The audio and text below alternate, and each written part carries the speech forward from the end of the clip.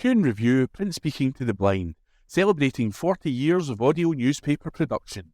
Welcome to this week's edition of the National Podcast, recorded at the Bishopbriggs Media Centre by our amazing volunteers.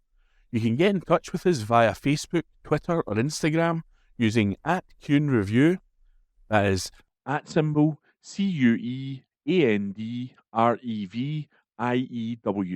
You can also contact us directly by emailing information@kuhnreview.com. That is INFORMATION @CuandReview.com, or by calling 0141 772 3976. That's 0141 772 3976.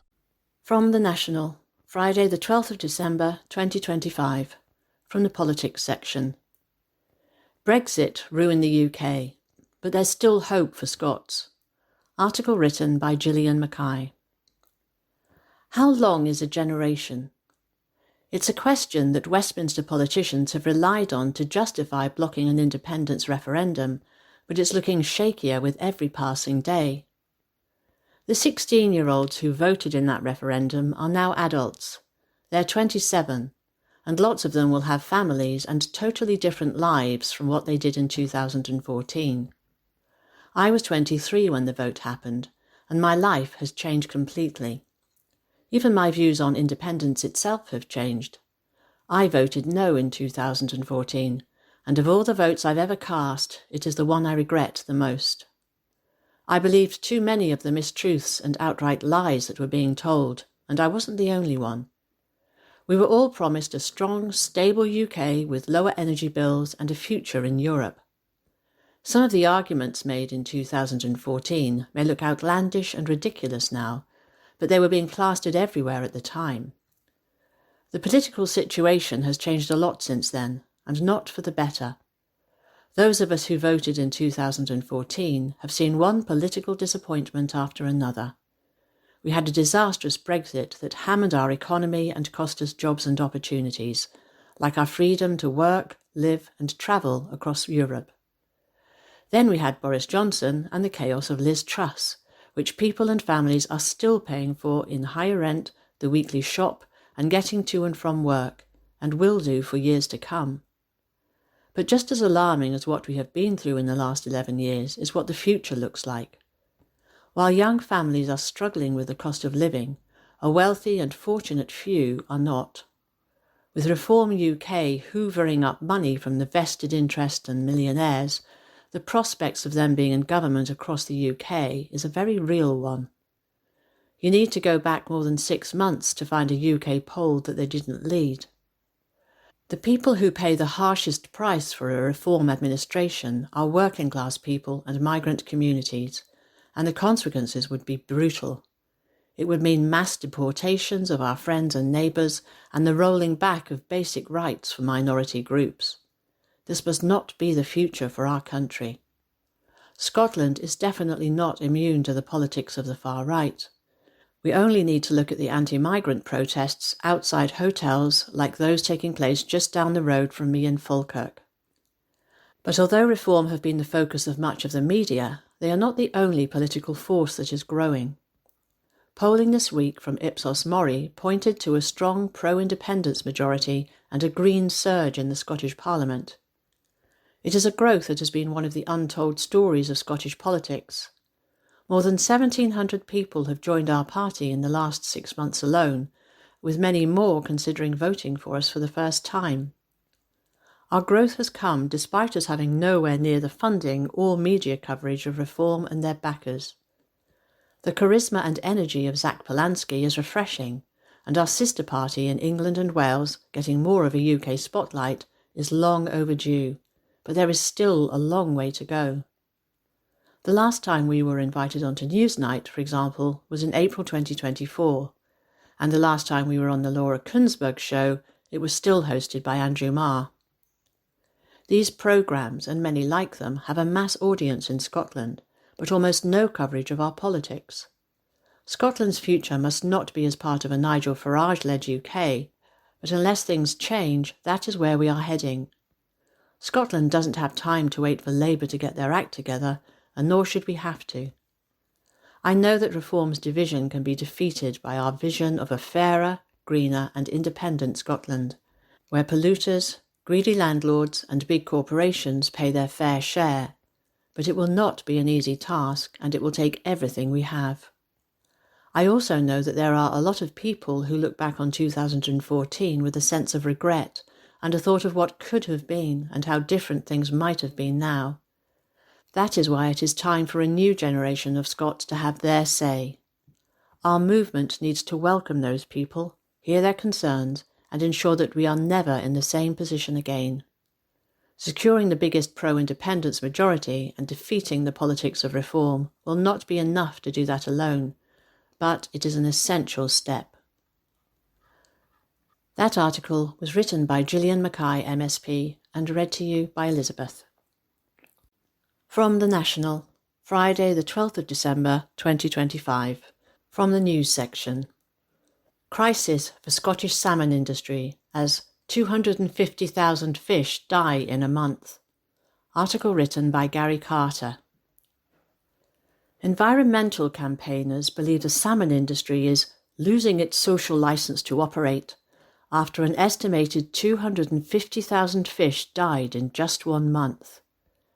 The deaths in Shetland, which one company attributed to plankton blooms and jellyfish brought on by unusually warm conditions, triggered official emergency inspections from Mid-Yell to Muckle Row and the evacuation of stock from at least one site. Both the area's main operators acknowledged the losses, but said they reacted to events quickly and are continuing to invest in research to better protect the welfare of their fish, including larger sites in rougher waters. However, anti-salmon farming campaigners said the figures were indicative of a deepening crisis in a sector clearly losing control of the conditions it depends on. Nick Underdown, Scotland Director for environmental group Wildfish, said, "With millions of dead fish, fed vast quantities of fish meal derived from wild fisheries being wasted, routinely scooped out of cages and trucked along our roads, politicians are seeing an industry that is rapidly losing its social licence to operate, let alone expand. The sky-high mortalities for October are a clear symptom of systemic problems within the industry, across Scotland in general, and sadly, Shetland is no exception. While Shetland seeks to manage its seas for long-term public benefit, it is increasingly clear that the salmon farming industry is failing to meet even the minimum standards expected of responsible custodians of our marine environment." Animal Equality said the latest figures meant the writing is on the wall for salmon farming. Despite clearly losing control of the conditions it depends on, salmon farming firms continue to confine animals in warming, increasingly unstable waters, said Executive Director Abigail Penny.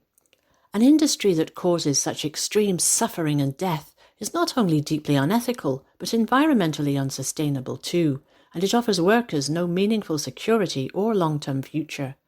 It is well past time to put the brakes on the expansion of this industry. October's death toll, calculated using figures reported to government officials, is 3 times higher than the rest of the year and is the second highest ever. Together, algal and jellyfish blooms can overwhelm salmon farms and ultimately kill the fish inside them from a group of diseases collectively called complex gill disease, CGD. At some Shetland farms, tens of thousands of fish died from CGD in a single week. A Cook farm at Mid-Yell saw 50,000 perish in just 2 weeks, while at Coaldeep, a Scottish Sea Farms SSF site near Muckle Row, 64,000 fish died in one event, more than 1 in every 10. Another SSF farm, east of Papa Little, saw almost a quarter of its stock die in October, and the firm said it also took extraordinary measures to deal with exceptional environmental pressures. Shetland experienced record-breaking sea temperatures this year. The unusually warm conditions led to plankton blooms and micro-jellyfish events, which affected gill health at some sites, contributing to the complex gill disorder seen at Coaldeep, east of Papa Little, and elsewhere in October, it said. Where conditions deteriorated, we acted quickly. Fish were removed from East Papa of Little in November to protect welfare, with all 5 local jobs retained across our wider farming operations. At Coal Deep, the situation has stabilised and fish remain on site. We're not alone in facing seasonal pressures. The poultry sector, for example, is dealing with significant avian influenza challenges, resulting in higher mortality levels and the prospect of fewer turkeys over the festive period. Another salmon firm, Cook, added, "While there is always a level of fallen stock in any farming operation, any loss is devastating for our farmers and support staff caring for these animals, and we thank them for their commitment and professionalism. There are challenging periods throughout the year, and we are continually working to better understand new and emerging threats, to better safeguard the health and welfare of our salmon. We remain committed to transparency with government and regulators and to continue investing in new technology and husbandry practices to further strengthen the fish welfare." Salmon Scotland responded, "Activist groups are misinterpreting the data and presenting a misleading picture of what happens on farms, despite the heavy investment in technology and husbandry that continues to drive improvements in fish welfare." That article was written by Gary Carter. From The National, Friday the 12th of December 2025, from the news section. Iconic Scottish actor and comedian Stanley Baxter dies at 99. Article written by Laura Pollock. Iconic Scottish actor and comedian Stanley Baxter has died at the age of 99. Born in Glasgow in 1926, Baxter entertained audiences of up to 20 million people during his career, which started at the age of 6 in Paisley. Baxter worked with the likes of Bing Crosby, Ricky Fulton, Julie Christie, Leslie Phillips, Eartha Kitt, and built a fan base which included fellow Scots like Billy Connolly, thanks to comic turns as everyone from Tarzan to Liberace, and sketches like the much-loved Parliamo Glasgow. He made his television debut on the BBC Shop Window in 1952, followed by guest appearances on variety shows. The Stanley Baxter Show, which ran from 1963 to 1971, cemented his reputation and catapulted him to television stardom. In 2020, a biography written for posthumous publication was released after the star changed his mind. In The Real Stanley Baxter, the Scottish star spoke openly about his sexuality and relationships for the first time, confirming that he was gay and revealing the truth about his complicated marriage with wife Moira. Baxter also made 5 films, but never became a movie legend. His light comedy films were made to seem silly alongside the gritty kitchen sinkers of the period, such as Billy Liar. He accepted the Outstanding Contribution to Film and Television Award in 2020 during the virtually held BAFTA Scotland Awards ceremony. In his acceptance speech, Baxter said, "I don't think I could have been anything else but a performer. I was so rotten at everything else I tried to do. Normally at school, you find out there what you have a talent for. It turned out I had no talent at all, but really it gave me all my interest with show business. That was true all of my life." That article was written by Laura Pollock. From The National, Friday the 12th of December 2025, from the news section. How Westminster trade policy lets oil firms sue governments tackling climate change. Article written by Abby Garton Crosby. A lack of democracy in Westminster trade policy allows oil companies to sue governments across the world if they take action on climate change, a new report has said. Published by the Ecologist website and the Abolish Westminster Substack on Friday, the report details obscure legal clauses which it says the Department for Business and Trade, DBT, include in trade deals. The clauses allow governments to be sued by foreign companies if they pass laws which damage their future profits in that country. The UK is currently being sued under such a clause because of a High Court ruling which blocked a coal mine in Cumbria last year.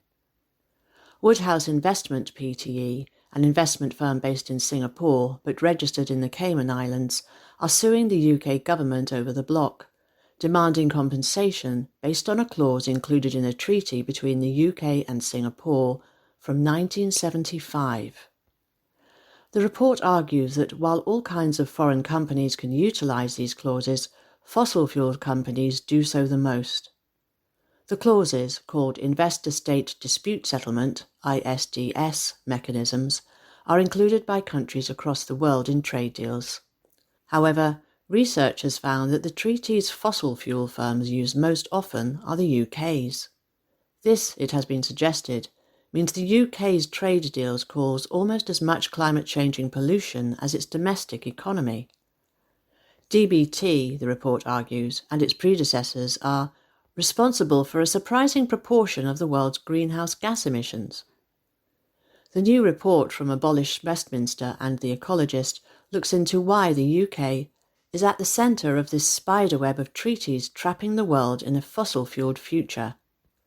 It concludes that the blame lies with a combination of imperial history, Whitehall inertia, and the fact that Britain is probably the least democratic of the world's democracies, meaning that elected MPs have almost no say over trade deals.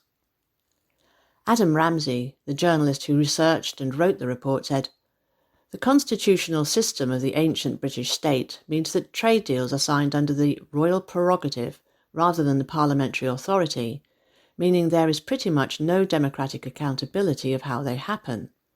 But in reality, everyone is accountable to someone, and British trade policy ends up being utterly shaped by big business." It also looks at the link between non-executive directors at DBT and lobby groups pushing for these clauses to be included in trade deals, and the impact of Brexit on accountability of trade policy set by the UK government is also examined. Caroline Lucas, former Green Party MP and MEP, who was a trade policy expert with Oxfam before entering the European Parliament, said, "UK trade policy remains cloaked in secrecy.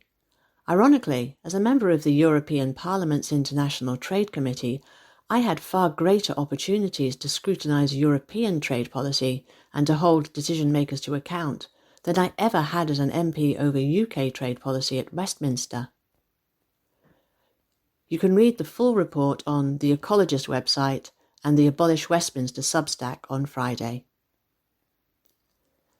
That article was written by Abby Garton Crosby and read to you by Elizabeth. From The National, Friday the 12th of December 2025, from the Culture section. William Wallace hip-hop musical takes to Scottish main stages. Article written by Alistair Ferguson. A hip-hop musical about one of Scotland's most famous legends, William Wallace, is set to hit theatres across the country. Wallace aims to set the Braveheart clichés aside and explore whether one of the country's greatest Scots was a hero, a rebel, or simply a myth, in an electrifying musical which incorporates rap with folk, pop, and rock. Created and brought to the stage by the award-winning playwright Rob Drummond, acclaimed rapper Dave Hook from Stanley Odd fame provided the music and lyrics for Wallace. The production aims to mix rap battles with history and has been described as Scotland's own musical rival to Hamilton. Hook said that Wallace gave the production the opportunity to tell stories, ask questions, and make connections across centuries of Scottish history. He explained, "Hip-hop is folk music, representing its surroundings and drawing out stories woven into the fabric of a place. Wordplay around language, dialect and accent feature in all sorts of ways in everyday Scottish life. Wallace gives us the opportunity to tell stories, ask questions, and make connections across centuries of Scottish history, finding reflections and refractions in historical characters and contemporary lives." Meanwhile, playwright Drummond said he knew he wanted to create a show about William Wallace, but he just didn't know it would be a hip-hop musical. "When I met Dave, it all clicked," he said. "The play explores Wallace's legacy in a way that speaks to Scotland today. Working together, we set out to re-examine the myth, the man, and what he represents now." The play was first presented as a play, pie and a pint, and raw material co-production at Oranmore, Glasgow in September. Wallace will be shown at the Beacon Arts Centre, Greenock, the Pavilion Theatre, Glasgow, and King's Theatre, Edinburgh, between September and October next year. Renowned director Orla O'Loughlin, best known for Lear, What Girls Are Made Of, and Mouthpiece, said the reaction to the first run had been overwhelming. She said, "The invitation to bring Wallace to the stage felt both irresistible and impossible. Irresistible in that it meant collaborating with the incredible Rob and Dave, and in doing so assemble a ridiculously skilled ensemble of actors. Impossible in that we had 2 weeks to create it." The overwhelming response to the original production at Oran Mor, however, proved that this exhilarating mix of mythology and history, despair and hope, high drama and pure comedy speaks directly to contemporary Scotland, a rallying political cry wrapped up in an extraordinarily good night out. The production has been brought to Scottish theatres by the independent powerhouse producers Raw Material. Margaret Ann O'Donnell and Gillian Garrity, executive producers Raw Material Arts, added, "Following on from our co-production of Wallace with A Play, a Pie and a Pint earlier this year, we are delighted to return with this brand new redeveloped and upscale production written by Rob Drummond and directed by Orla O'Loughlin, featuring new and returning cast members with a thrilling hip-hop score and lyrics from acclaimed rapper Dave Hook." Previewing at the Beacon Greenock before visiting the Pavilion in Glasgow and the newly refurbished King's Theatre Edinburgh, we are excited to commission, develop and share this contemporary and topical new musical with Scottish audiences. Further dates in 2027 to be announced, supported by the Creative Scotland Touring Fund. That article was written by Alistair Ferguson and read to you by Elizabeth. This is from The National, Monday, December 15th, 2025, the Culture section. Hollywood director Rob Reiner and wife found dead as family members questioned. Article by Xander Elyards. Hollywood director Rob Reiner and his wife Michelle Singer Reiner have been found dead in their home, with a family member being questioned, reports say. Authorities are investigating an apparent homicide at Reiner's Los Angeles property after police, firefighters, and paramedics were called to the property on Sunday, it has been reported. A law enforcement official speaking to the Associated Press on the condition of anonymity said investigators believe the couple suffered stab wounds and a family member is being questioned. Nick Reiner, the couple's son who has previously spoken about his struggles with drug addiction and homelessness, was named by People magazine as an alleged suspect. U.S. publication Variety said a family spokesperson for Reiner confirmed the tragic passing of Michelle and Rob Reiner to them in a statement that added, "We are heartbroken by this sudden loss, and we ask privacy during this unbelievably difficult time." The Los Angeles Fire Department says it responded to a medical aid request shortly after 3:30 p.m. on Sunday and found a 78-year-old man and 68-year-old woman dead inside. Detectives with Robbery Homicide Division were investigating an apparent homicide at Reiner's home, said Captain Mike Bland with the Los Angeles Police Department. Reiner, 78, was a prolific Hollywood director and created some of the most well-known movies of the 1980s and 1990s, including a legal thriller A Few Good Men in 1992 and romantic comedy When Harry Met Sally in 1989. U.S. actor James Woods said he and Reiner had been friends since they made the 1996 thriller Ghosts of Mississippi together. In an online post, Woods said, "The studio didn't think I was old enough to do the part, but Rob fought for me. Political differences never stood in the way of our love and respect for each other. I am devastated by this terrible event." Frozen actor Josh Gad described Reiner as one of the greatest directors of our time in a post on Instagram. He said, "He was simply a beautiful person. Rob Reiner and his wife Michelle were two of the most kind and caring souls you could ever imagine. He cared so much for those who had no voices. This loss is devastating. I cannot express how much this hurts. Love you, Rob and Michelle. Thank you for all you gave us." John Cusack, who starred in Reiner's film The Sure Thing, wrote on X, shocked by the death of Rob Reiner, a great man. The Lord of the Rings star Elijah Wood, who appeared in Reiner's 1994 family film North, posted, horrified to hear of the passing of Rob Reiner and his wonderful wife, Michelle. So much love to their kids and family. Prominent political figures also paid tribute, including former U.S. President Barack Obama, who wrote on X that he and his wife, Michelle, were heartbroken by the tragic passing of Rob Reiner and his beloved wife, Michelle. He added, Rob's achievements in film and television gave us some of our most cherished stories on screen. But beneath all of the stories he produced was a deep belief in the goodness of people and a lifelong commitment to putting that belief into action. California State Governor Gavin Newsom said, Rob will be remembered for his remarkable filmography and for his extraordinary contribution to humanity. The son of comedy legend Carl Reiner, Rob Reiner has been married to photographer Michelle Singer Reiner since 1989. The two met while he was directing When Harry Met Sally and have 3 children together. Reiner was previously married to actor-director Penny Marshall from 1971 to 1981. He adopted her daughter Tracy Reiner. Carl Reiner died in 2020 at age 98, and Marshall died in 2018. That article was written by Xander Elyards, read by Janet Stein. From the National Culture section, 16th December 2025.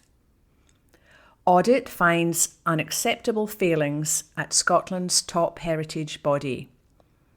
Article by Xander Elyards.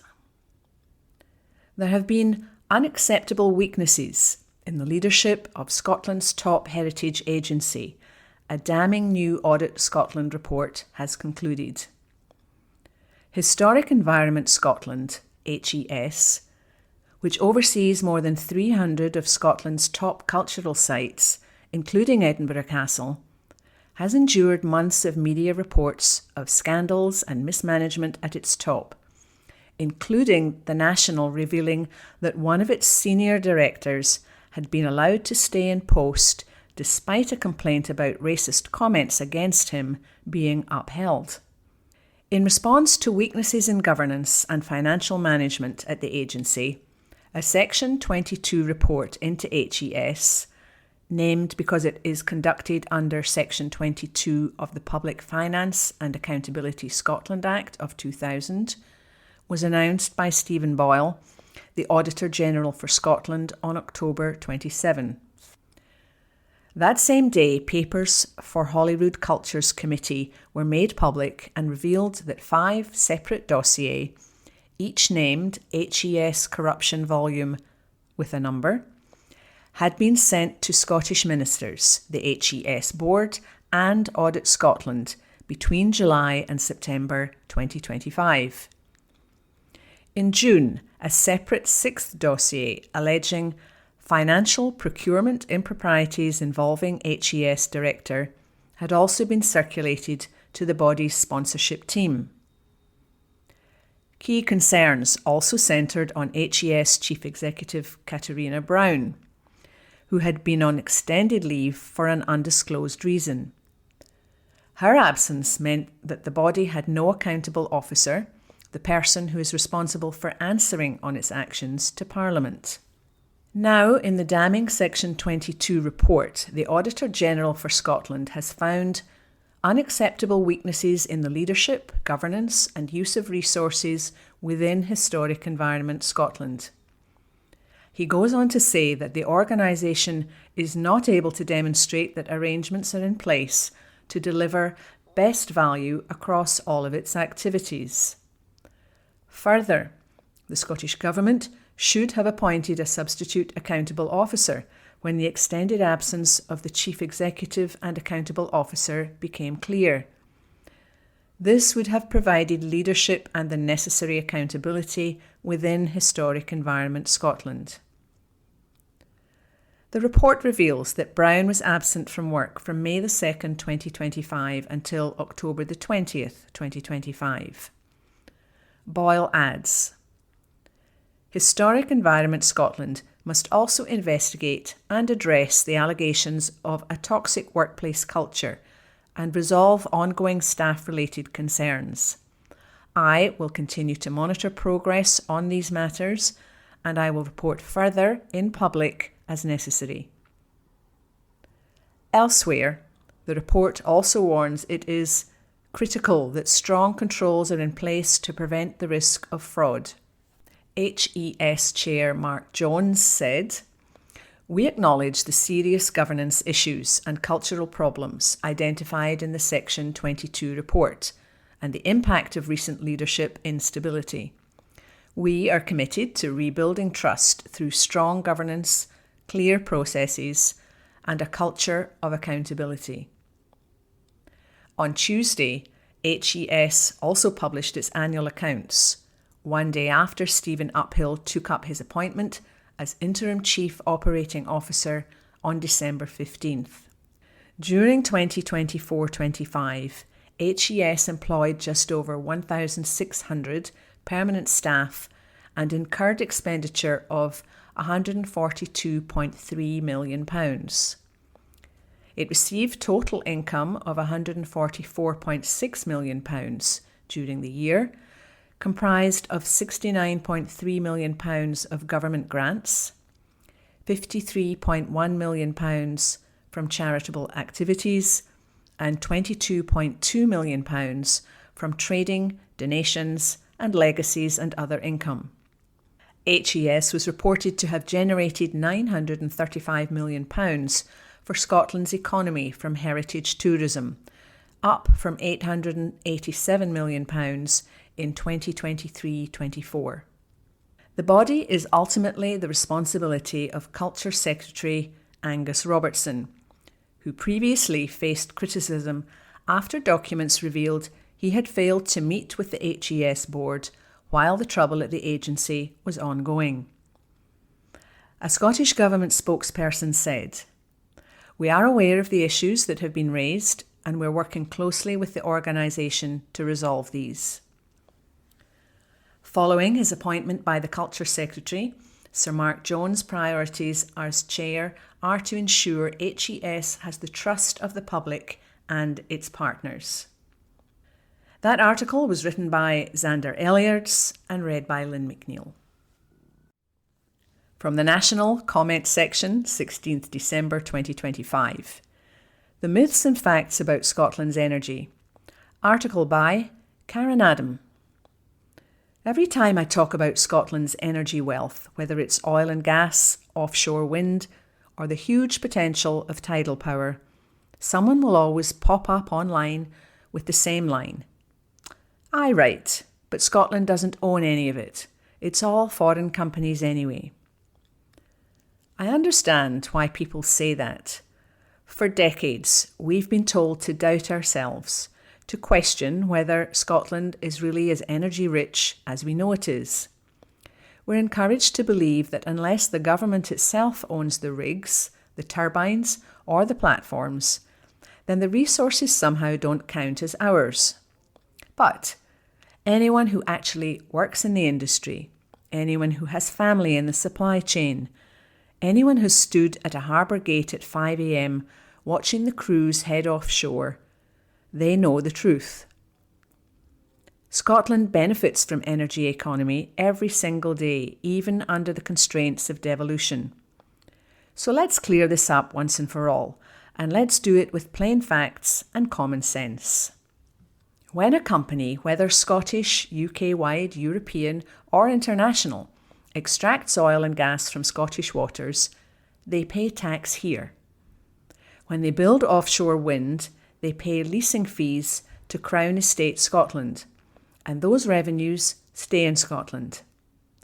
When they use Scottish ports, Scottish fabrication yards, Scottish engineers, Scottish divers, Scottish welders, Scottish electricians, that money circulates through our communities. When energy is generated offshore, The jobs, the infrastructure, the local contracts, the apprenticeships, they all happen here, not in the country where the corporate HQ sits. If someone for France or Norway or Japan builds a wind farm off the coast of Fraserburgh, the wind doesn't suddenly become French or Norwegian or Japanese. It's a Scottish wind blowing over the Scottish seabed, connected into the Scottish grid, powering Scottish homes. And the value of that resource, from the seabed leases to the supply chain jobs, flows into the Scottish economy. Ownership is just one piece of the puzzle.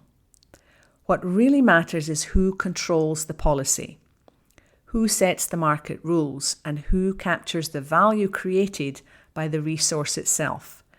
That's where independence changes everything. Right now, despite being one of the most energy-rich nations in Europe, Scotland pays some of the highest bills. People on the doors ask the same question over and over again. Karen, how can we have all this energy and still be paying through the nose? It's a fair question. It frustrates people. It frustrates me. The answer is surprisingly simple. Under the current UK system, energy generated in Scotland doesn't automatically mean lower prices for Scottish consumers.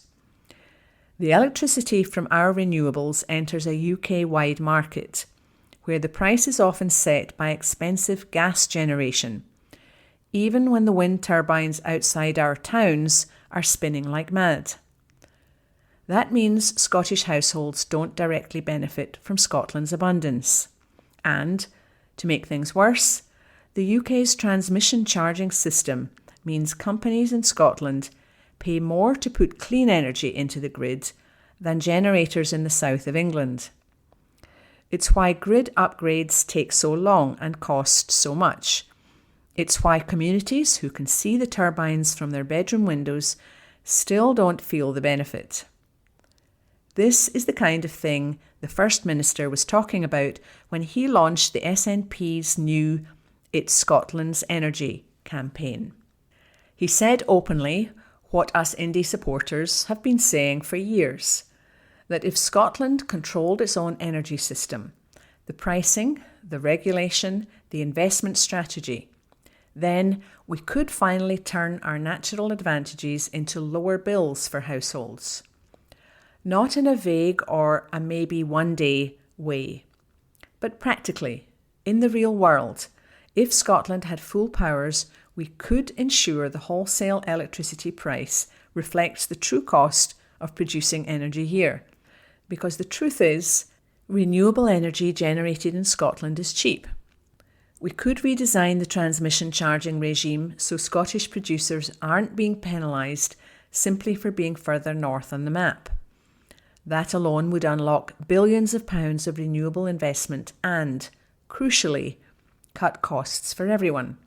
And when money flows into the public purse, through taxes on oil and gas production, through Crown Estate Scotland's leasing income, through port and harbour developments, through the expansion of our renewables sector, an independent Scottish government would have the power to invest those revenues directly into lowering household bills, supporting vulnerable families, building grid infrastructure, and strengthening the industries that anchor communities. When people say, but the companies are foreign, I want to gently ask, does anyone say whisky isn't ours because some distilleries have overseas ownership? Does anyone claim Scottish tourism isn't ours because international firms run hotels? Ownership is complex in a global world, but the resource and the economic value it creates is still Scottish. So when we say it's Scotland's energy, we're not pretending we could have a nationalised grid tomorrow.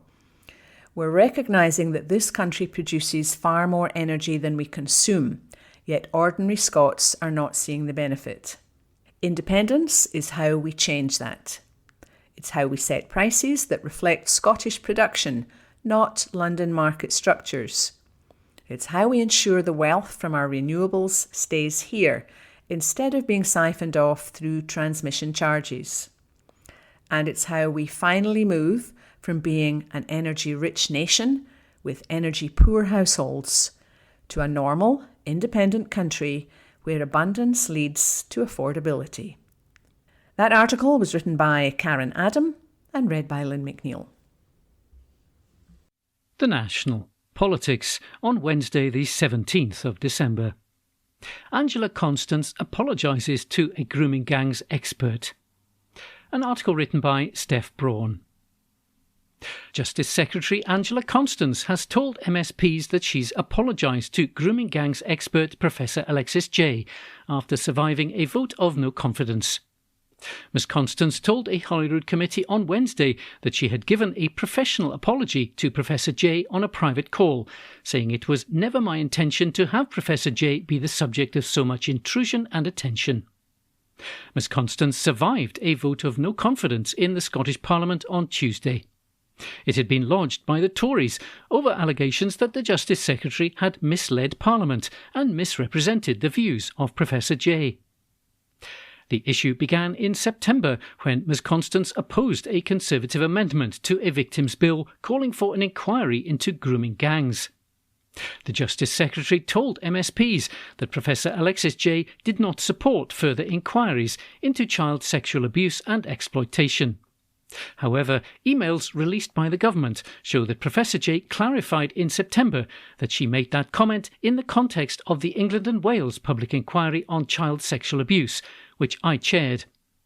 The academic said that Scottish ministers should collect reliable data about the problem and requested that her position be clarified.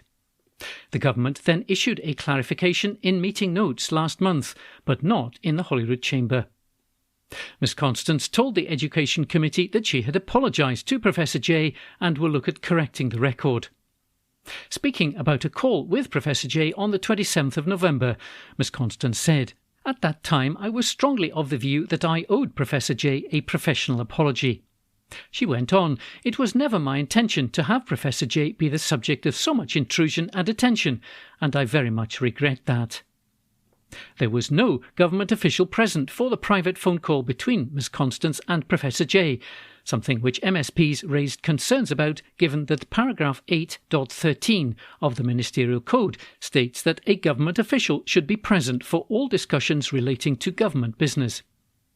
Ms Constance said that she'd made sure to send a note of the meeting shortly afterwards. She denied breaching the Ministerial Code. Asked by the convener, Douglas Ross, who last week was accused by half the committee members of abusing his position after announcing Ms Constance and Professor Jay would give evidence to the committee if she regretted using the quote from Professor Jay, Ms Constance said that the quote was accurate, but suggested that she could have expressed herself differently. Professor Jay told MSPs that she would welcome the official parliamentary record on her comments being clarified in the same way that the minutes of the strategic group meeting were.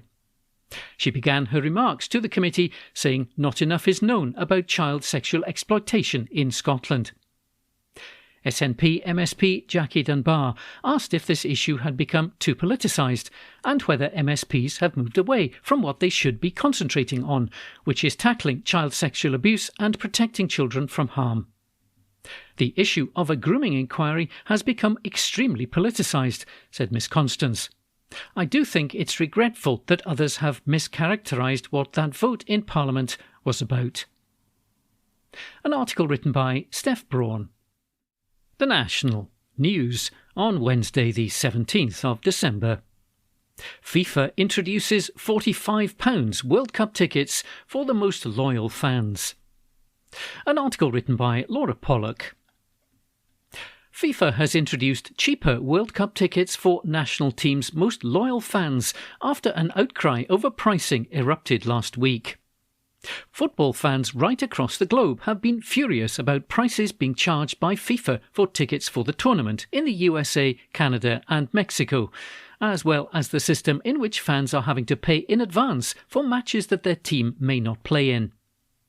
Fans who are part of the national team's travel clubs and loyalty schemes discovered last week that the cheapest available tickets for the final would be priced at more than £3,000, while Scotland fans wishing to follow the team from the first match to the final would have to spend more than £5,000 as a minimum, which must be paid in full by February.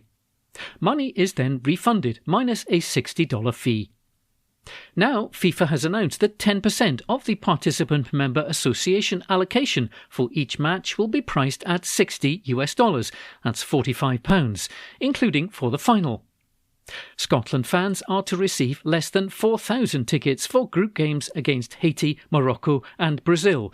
That's about 6% of stadia capacity in Boston and in Miami. Fans who do not receive any through the Scotland Supporters Club will have to deal with FIFA's dynamic pricing model and resale costs. The decision follows meetings between senior officials in Doha this week, where federations, including the Football Association, are understood to have shared concerns about the pricing model. A FIFA official close to the discussion said, "Demand for tickets has been off the scale, more than 20 million requests so far in this latest phase. We have listened to feedback and this new category is the right thing to do." Making $60 tickets available to more fans, including the most loyal ones who travel, was agreed on unanimously.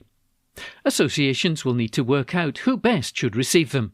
It's a unique tournament and a unique market in the USA, in particular, which allows resales on secondary platforms. The demand is sky high.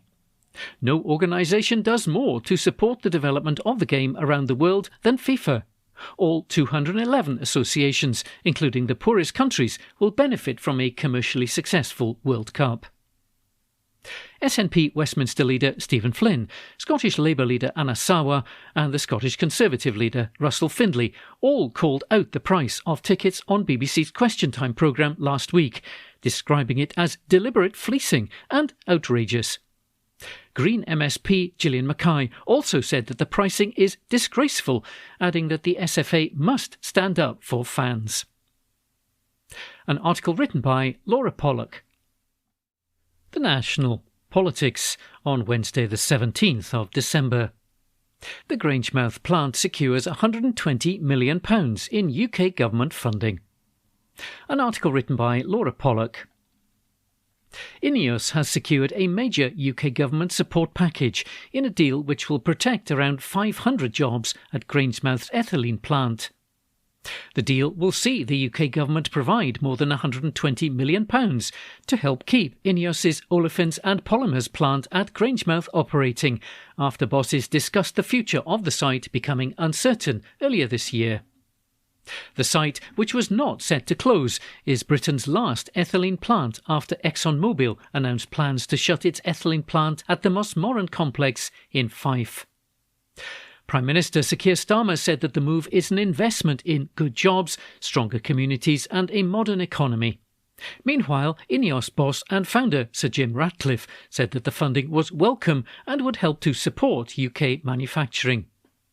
The billionaire has previously been critical of the Labour government's energy policies and investment environment in the UK.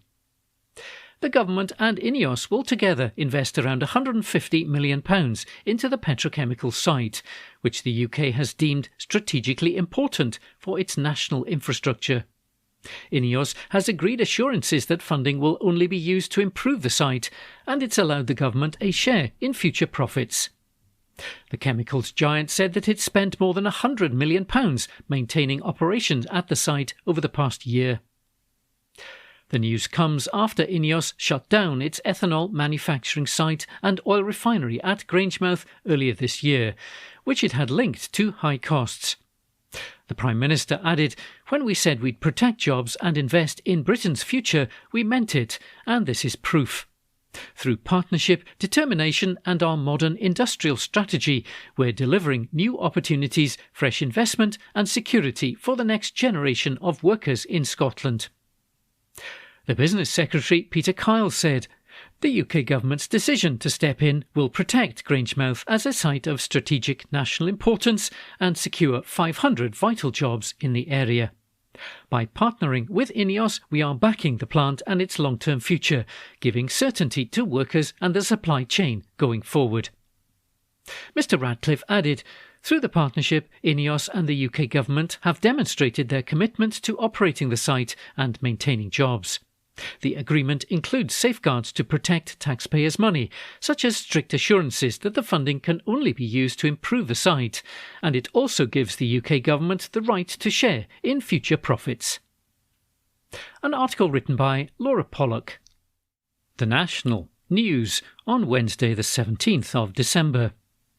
Job losses past 200 as a timber company closes 5 more Scottish sites.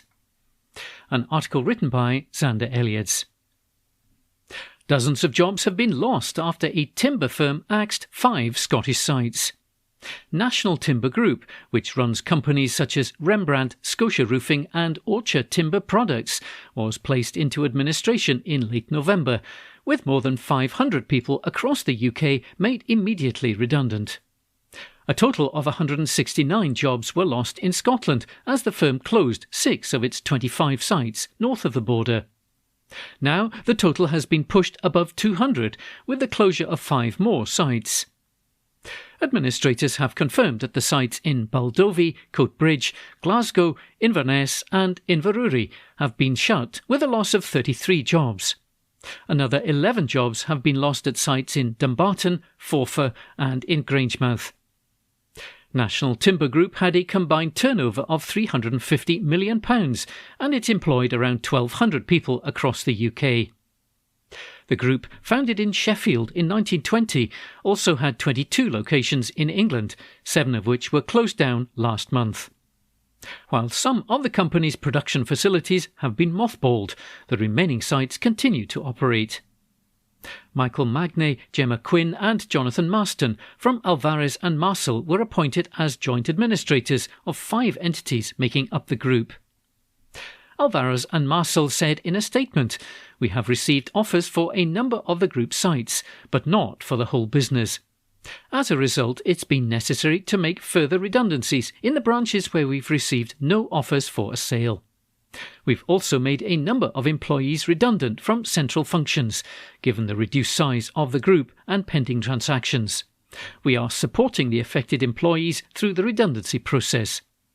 We're working on a number of transactions for the group sites, which we hope to complete prior to Christmas, and which would rescue parts of the business and retain employment for those who would transfer to a purchaser.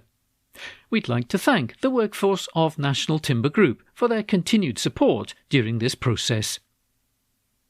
An article written by Xander Elliots. The National Politics on Wednesday the 17th of December. Labour announces a review of the BBC's Royal Charter, including licence fee reform. An article written by Lucy Jackson.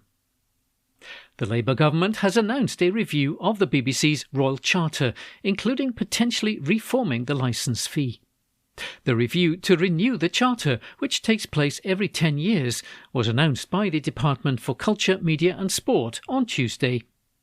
The Charter sets out the BBC's public purpose and is the constitutional basis for the corporation, which is predominantly funded through the licence fee paid by UK households. The UK government will look at whether licence fee concessions should be updated, at options for the BBC to generate more commercial revenues, and also options for funding the BBC World Service to support sustainable funding for minority language broadcasting. The Culture Secretary Lisa Nandy said, "We want the BBC to continue to enrich people's lives, to tell Britain's story and to showcase our values and culture at home and overseas, long into the future.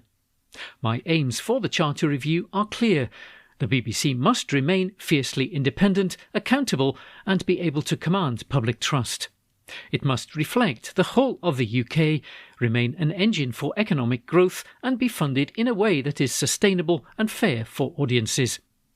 As a government, we will ensure that this Charter review is the catalyst that helps the BBC adapt to a rapidly changing media landscape and secures its role at the heart of national life."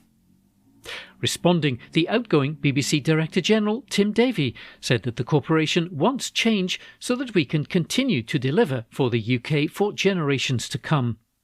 "We welcome the publication of the government's Green Paper and the start of the public consultation on the future of the BBC," he said. "We urge everyone who cares about the success of the UK's world-leading creative industries to have their say. At the BBC, we want change so that we can continue to deliver for the UK for generations to come.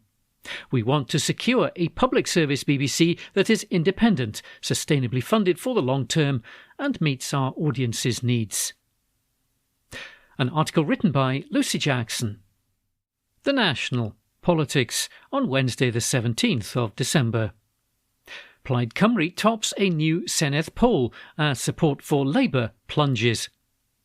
An article written by Lucy Jackson. Plaid Cymru is on track to win the next Senedd election as support for Labour has plunged, a new poll has found. The pro-independence party has a 3-point lead over Reform UK, sitting at 33%, according to the YouGov and Cardiff University poll published on Wednesday. Meanwhile, support for Labour plunged to just 10%, level with the Conservatives, while the Greens had 9% and the Lib Dems were placed on 6%. Recent polling has pointed towards a Plaid victory at next May's Welsh Parliament election. In May this year, a poll carried out by YouGov for ITV Cymru predicted that Plaid Cymru would secure the most seats, with 35 from 30% of the vote, with Labour dipping to just 19 seats from 18%. Another YouGov poll in September claimed that it was neck and neck between Plaid Cymru and Reform UK, with the former on 30% again and the latter on 29%. The new poll comes after Plaid defeated Reform UK in the fiercely fought Caerphilly Senedd by-election in October.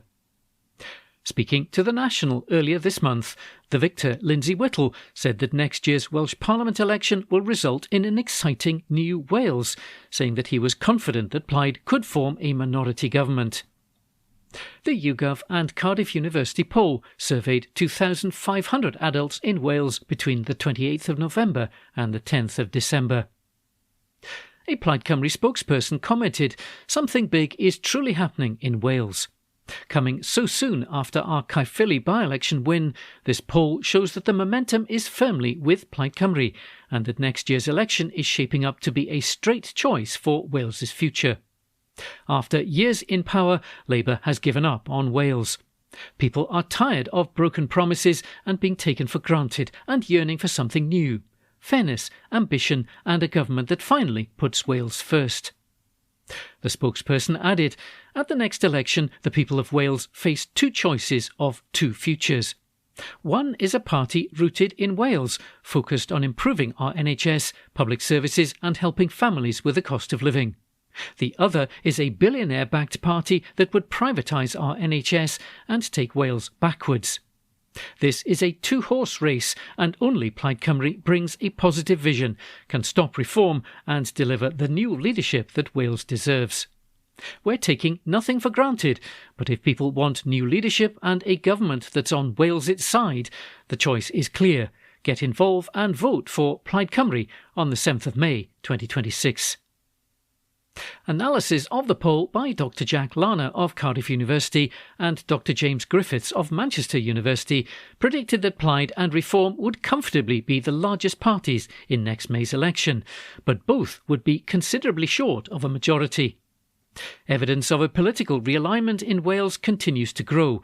Real-world election results, multiple local by-elections and the Caerphilly by-election, and multiple survey datasets from a variety of different providers point to a very different Senedd election in 2026, they said. For the first time in a century, Welsh Labour faces the prospect of opposition or junior coalition partnership. That prospect, more than any survey, signals how profound this realignment truly is. The bloc structure that has organised Welsh politics for decades persists, but the hierarchy within those blocs has been overturned. An article written by Lucy Jackson. The National News on Wednesday the 17th of December. The Spey Viaduct foundations were not inspected before its collapse, the council says. An article written by Gary Carter. Underwater foundations of a bridge that collapsed into a river were not checked at its last inspection. The Spey Viaduct, which stood for almost 140 years, collapsed into the River Spey on Sunday. Moray Council blamed it on scour, with the River Spey having effectively dug out one of the viaduct's concrete supports. However, it also confirmed that the last inspection of the 350-foot former railway bridge, well used by pedestrians and cyclists as part of the Speyside Way, only looked at easily accessed parts of the structure for safety reasons. In May, the structure underwent a routine 3-yearly general inspection by a Moray Council inspector. But a council spokesperson revealed that this only involved a visual check of all parts of the bridge that can be easily accessed. The bridge foundations could not be inspected safely, they said. In fact, no underwater areas were examined, they conceded, due to the fast-flowing nature of the River Spey and the specialist support required. Scour being attributed to the collapse came despite the bridge undergoing a specialised inspection in 2023, which found no evidence of scour at the time. Also, amongst the findings from the May inspection were that one pier supporting the bridge was cracked, with all supports experiencing mortar loss. The inspection also found that the viaduct's surface showed signs of timber decay and that loose bolts were present. The Moray Council statement also confirmed that there were no current solutions to bringing the Spey Viaduct back into use. It's working to recruit specialist contractors and engineers who will lead the clean-up effort and determine the next steps. The Council is aiming to make progress before Christmas or early in the new year, and it's working to instruct a specialist engineer to undertake a more detailed inspection and assessment, and will work to make the area safe in the immediate future. Enlisting 39 Engineer Regiment from Kinloss to repair or replace the bridge is not an immediate solution, but it may be considered further if it's appropriate. As the bridge spans the fastest flowing river in Scotland, accessing the underwater areas is dangerous and requires specialist contractors and equipment, the spokesperson added. The initial work taking place will be dependent on availability of resources and funding. The longer-term future of the bridge will be considered in the new year, after the initial clear-up operation, with options presented to councillors as soon as practicably possible. We're well aware of the strength of feeling in the local community and further afield for this bridge, and how well used it is by walkers and cyclists. We're installing more robust fencing around the bridge to ensure the safety of the public. The message remains for members of the public to avoid the immediate area, both on land and river users, and not to climb on any part of the bridge for their own safety. While we understand that local residents are keen to photograph this historical moment in the life history of the bridge, it's not safe to go under the bridge or to climb the structure at this time. An article written by Gary Carter. The National News on Wednesday the 17th of December. The UK is set to rejoin the EU's Erasmus student exchange scheme. An article written by Laura Pollock. The UK appears set to rejoin the European Union's Erasmus student exchange scheme. The Cabinet Office said that talks are ongoing on the issue, but reports suggested an announcement could come as soon as Wednesday, which would clear the way for UK students to participate in the EU scheme from January 2027. Work on the UK joining the Erasmus, now known as the Erasmus Plus programme, was announced as part of Prime Minister Sir Keir Starmer's post-Brexit reset deal with Brussels in May. The negotiations have included work on mutually agreed financial terms for taking part in the scheme, which the UK left under Boris Johnson. The Times newspaper reported that the UK had pushed for a discount on membership fees, which are calculated on the basis of a country's gross domestic product, a measure of the size of the economy. The EU is understood to have offered the government a 30% reduction of fees in the first year of membership, the newspaper said.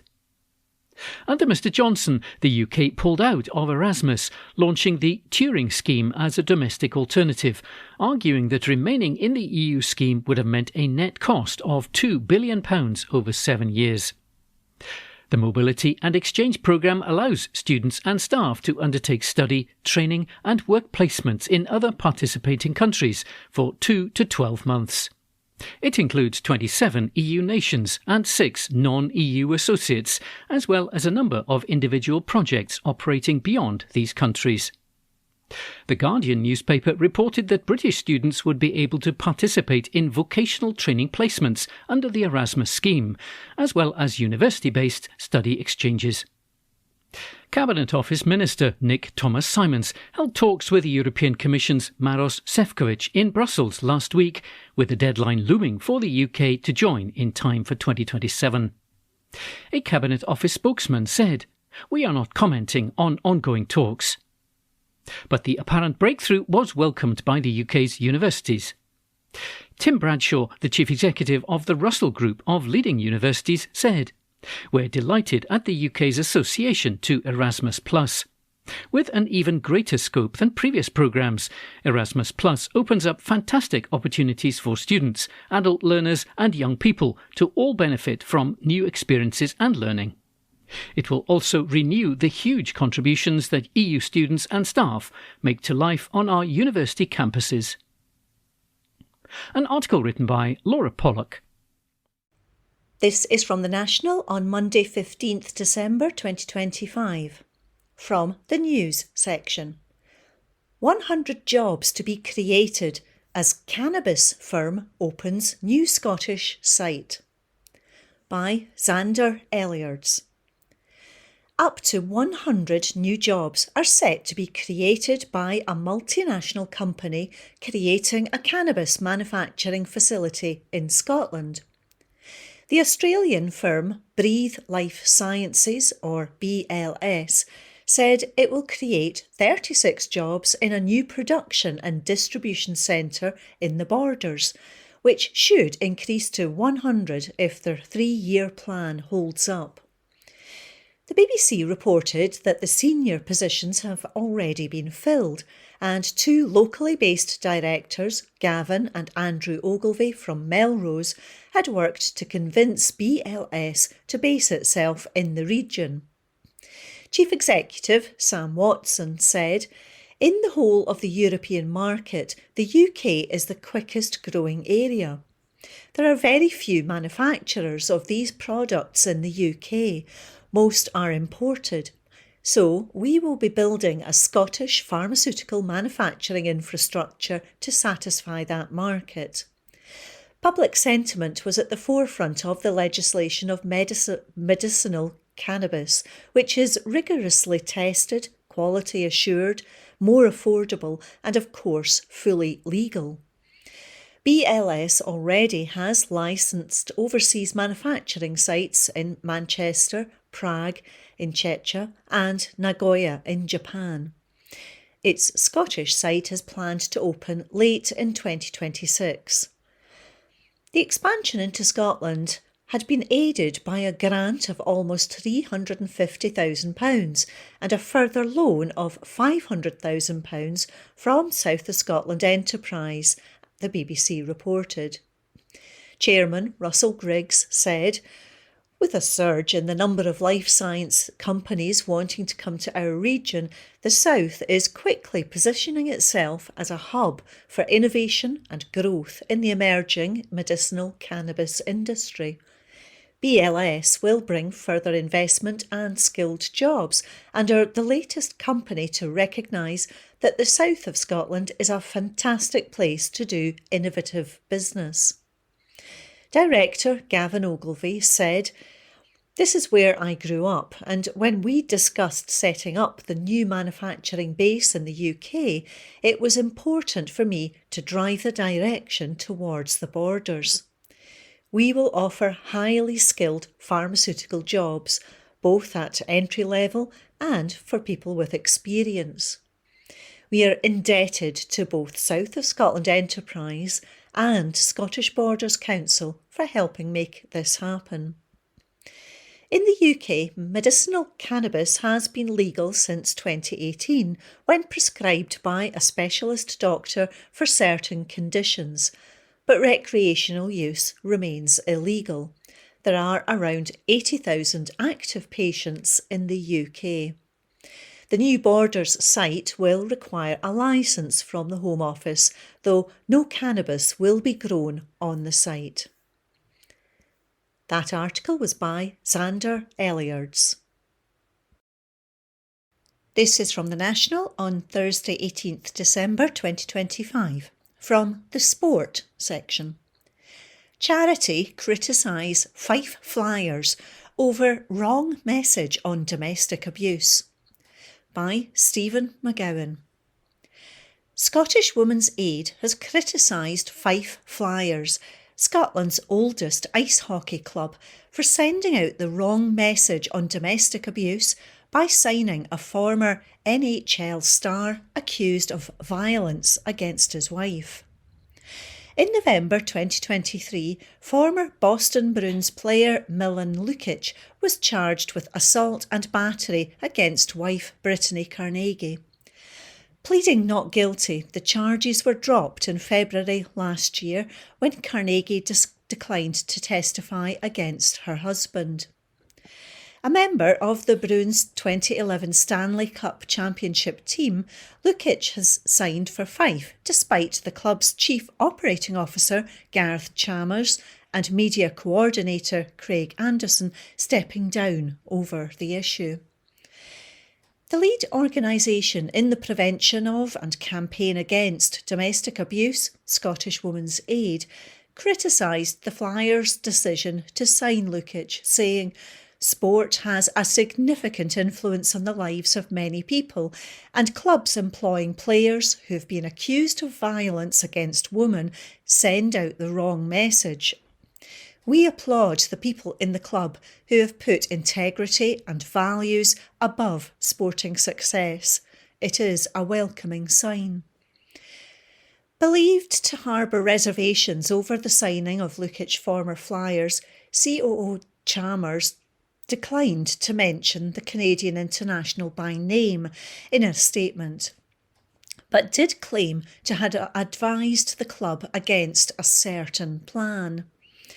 Despite my concerns, the club has chosen to proceed. While differences of opinion are very much a part of any sporting environment, these plans placed me at odds with the club's direction, he wrote.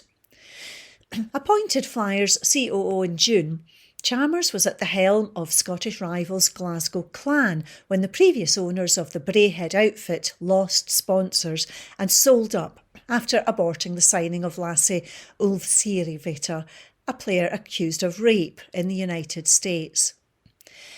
"I am genuinely gutted to be taking this step," added Chalmers. "The Flyers is a fantastic club with an incredible storied history, supported by exceptionally loyal fans and outstanding volunteers whose dedication has sustained the organisation for many years. Experience has taught me that I cannot sacrifice personal and professional integrity for decisions I am opposed to." Media coordinator Anderson announced his own departure from the Flyers on social media on Tuesday, writing, "It was a decision I didn't want to have to make, but circumstances dictate that I can no longer continue in the role as more and more information becomes apparent. I can no longer support the direction the club are headed in. I have always prided myself in the media work I have done for the organisations I've worked with in the past and in the present. But when something puts you at odds with your own moral compass, you need to question that and the motivation behind it. With the benefit of previous experience, it's a move I can in no way support, and I have made my feelings known to the parties involved. Plus, with a young daughter to consider, she needs to know I'm doing the right thing by her too." Sheffield Steelers, another team in the Elite Ice Hockey League, have sacked forward Clifford Pugh after his admitted 2 charges of assaulting a woman at Sheffield Magistrates Court. In a statement, Sheffield Steelers said Pugh, who is due to be sentenced on 26th February, was no longer associated with the club with immediate effect. The club said it had taken its decision in line with its club conduct policies before adding that it would not be making any further comment. Fife Flyers were taken over by a North American group led by former Cardiff Devils and Israel forward Max Beerbrier earlier this year. That article was by Stephen McGowan. This is from The National on Thursday 18th December 2025. From the Culture section. Top Scottish actor excited to host 2026 BAFTA Film Awards. By Laura Pollock. Scottish actor Alan Cumming has been announced as the host of the 2026 BAFTA Film Awards. The 60-year-old actor, writer and presenter, known for hosting the US version of The Traitors and starring in American drama The Good Wife, will helm the event being held at the South Bank Centre's Royal Festival Hall in London on February 22nd. In May this year, he hosted the BAFTA TV Awards ceremony. He took home a BAFTA Scotland Award in 2018 for its outstanding contribution to film and television. He has hosted the US version of hit reality TV show The Traitors since its launch in 2023 and has also appeared in films including X2, X-Men United and GoldenEye. The Perthshire-born star is known for his stage success, taking home the Best Actor in a Musical Tony Award for his 1998 performance in Cabaret for his portrayal of the MC. He also picked up a 1991 comedy performance Olivier Award for the production of the Italian play Accidental Death of an Anarchist and hosted the 2015 Tony Awards with Broadway star Kristin Chenoweth. Cummings' first feature film, Prague, where he plays a young Scot returning home to his grandparents' country, earned him a 1993 Scottish Best Actor BAFTA nomination. February 2026 marks a busy month for him, as he's also due to perform a DJ set at the Pitlochry Festival Theatre's Winter Words Festival, for which he is the artistic director. The actor is also set to reprise his role as blue devil-like mutant Nightcrawler from the 2003 X-Men film in Avengers Doomsday next December. He said, "How exciting to be back in the BAFTA fold, this time hosting the EE BAFTA Film Awards, a night like no other when we celebrate and honour creativity and craftsmanship and also hopefully have a laugh and create some mischief as we do so." BAFTA Executive Director of Awards and Content, Emma Baer, said, "With his sharp wit, warmth and vibrant energy, we are beyond excited that Alan Cumming will be hosting this year's EE BAFTA Film Awards. As we honour the outstanding talent in film that brings stories to life on screen, we know that Alan will give us an unforgettable night full of laughter, magic and plenty of surprises, and maybe some extraordinary outfits." Cumming has been known for his extravagant outfits in his role hosting The Traitors US.